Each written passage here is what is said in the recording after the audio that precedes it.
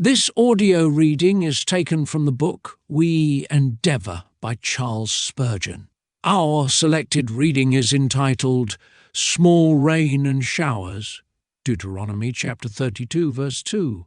We are all to be teachers of the gospel according to our ability, and the way to do it is to be as the small rain upon the tender herb.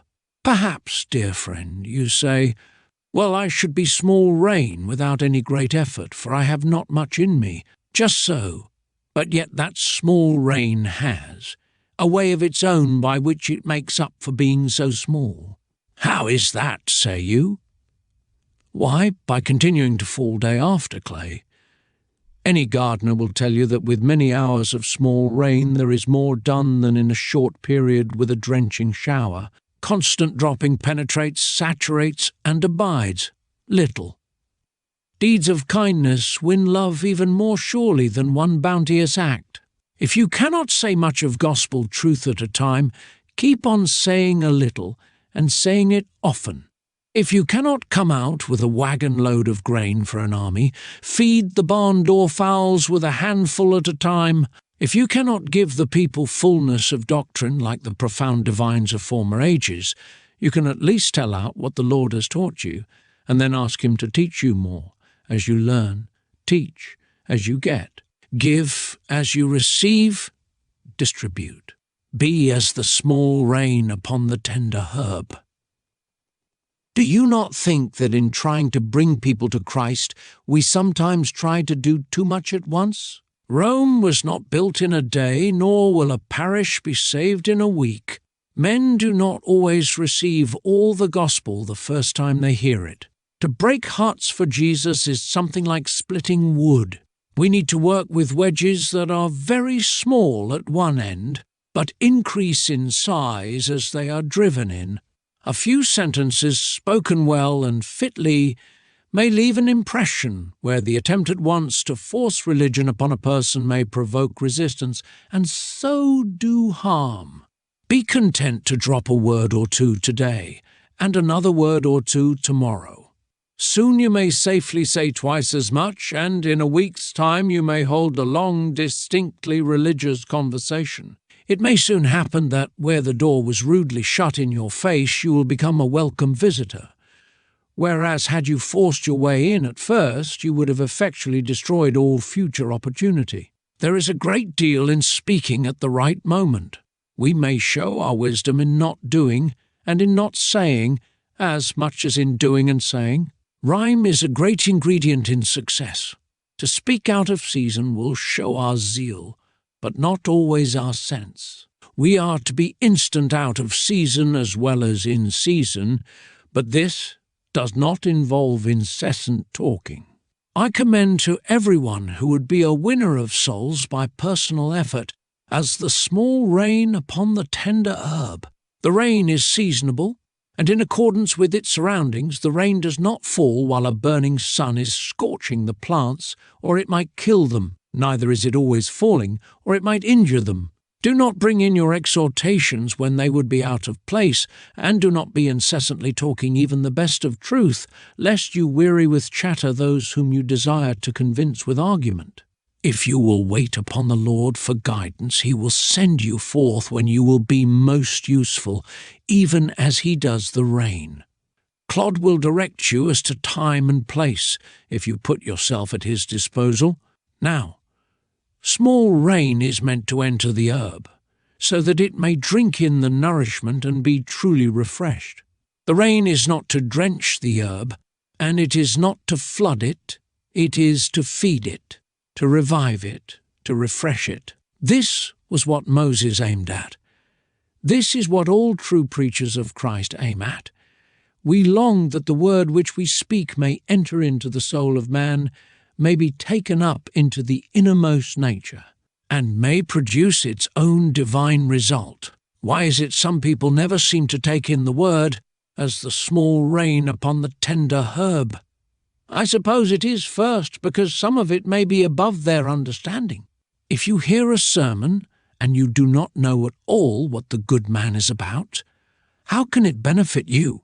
If the preacher uses the high-class pulpit language of the day, which is not English, but a sort of English Latin, produced rather by reading than by conversation with ordinary mortals, why then the hearer usually loses his time, and the preacher his labour.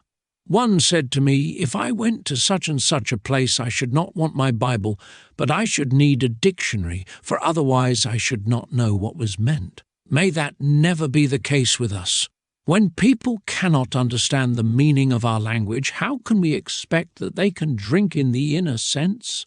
We cannot feed upon that which is high above and out of our sight. Ballooning in theology is all very fine, but it is of no use to poor souls down here below who cannot hope to be allowed a place in the car. Tender plants are not refreshed by water which is borne aloft into the clouds. They want it to come down to earth and moisten their leaves and roots, and if it does not come near them, how can they be refreshed by it? The fountains of Versailles are very grand, but for the little flower pot in London window, a cupful from a child's hand poured near the coot will suffice, as the small rain upon the tender herb. Now observe, in looking about among mankind, that whenever wise men expect any result from their labours, they always go to work in a manner suited and adapted to the end they have in view.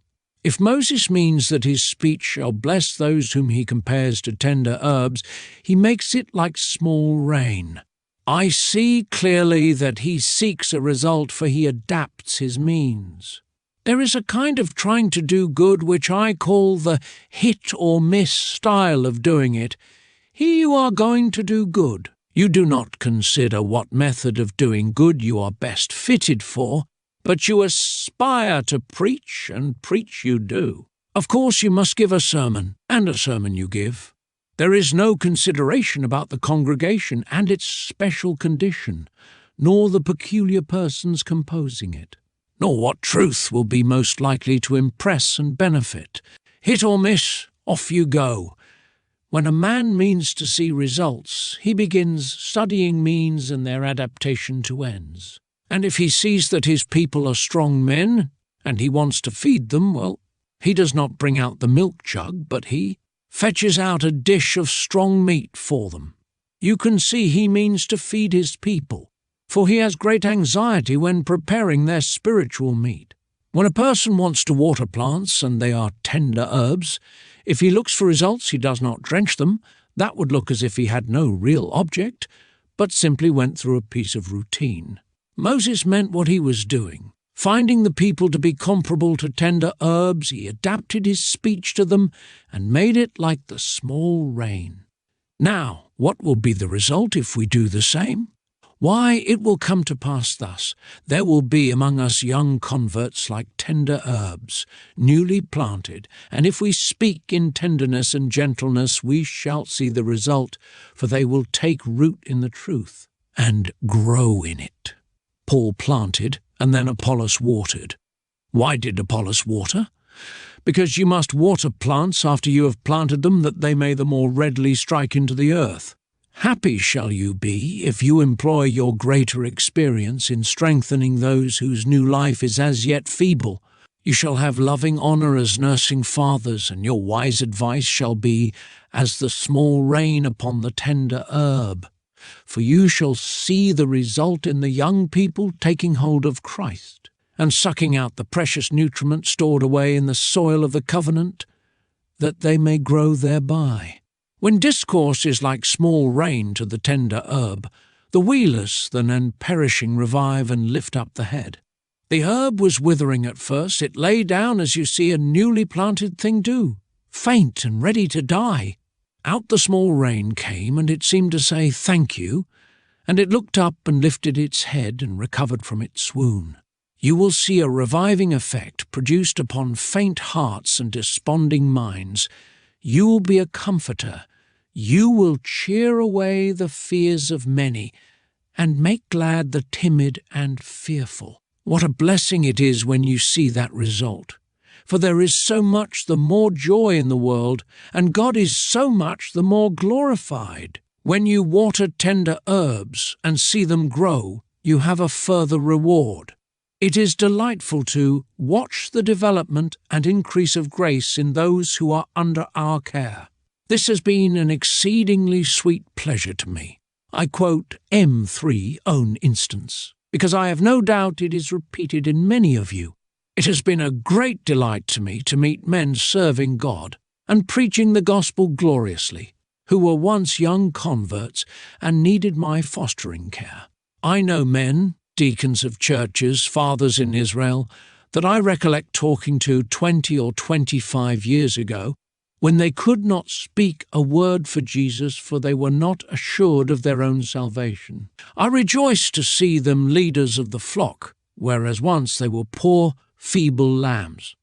I carried them in my bosom, and now they might almost carry me. I am glad enough to learn from them, and sit at their feet. Once more we water plants that we may see them bring forth fruit, and become fit for use. So shall we see those whom God blesses by our means become a joy to the Lord himself, yielding fruits of holiness, patience, and obedience, such as Jesus Christ delights in. His joy is in his people, and when he can rejoice in them, their joy is full. Let us try to be little in our own esteem, that we may be as the small rain. Let us try to be a little useful. If we cannot reach to great things, the small rain is a great blessing. Let us try to be useful to little things. Let us look after tender herbs. Let us try to bring to Jesus, boys and girls. Let us look after the tender plants of the Lord's right hand planting, those who are babes in grace, the timid, trembling, half-hoping, half-fearing ones. This concludes our reading. Thank you for listening.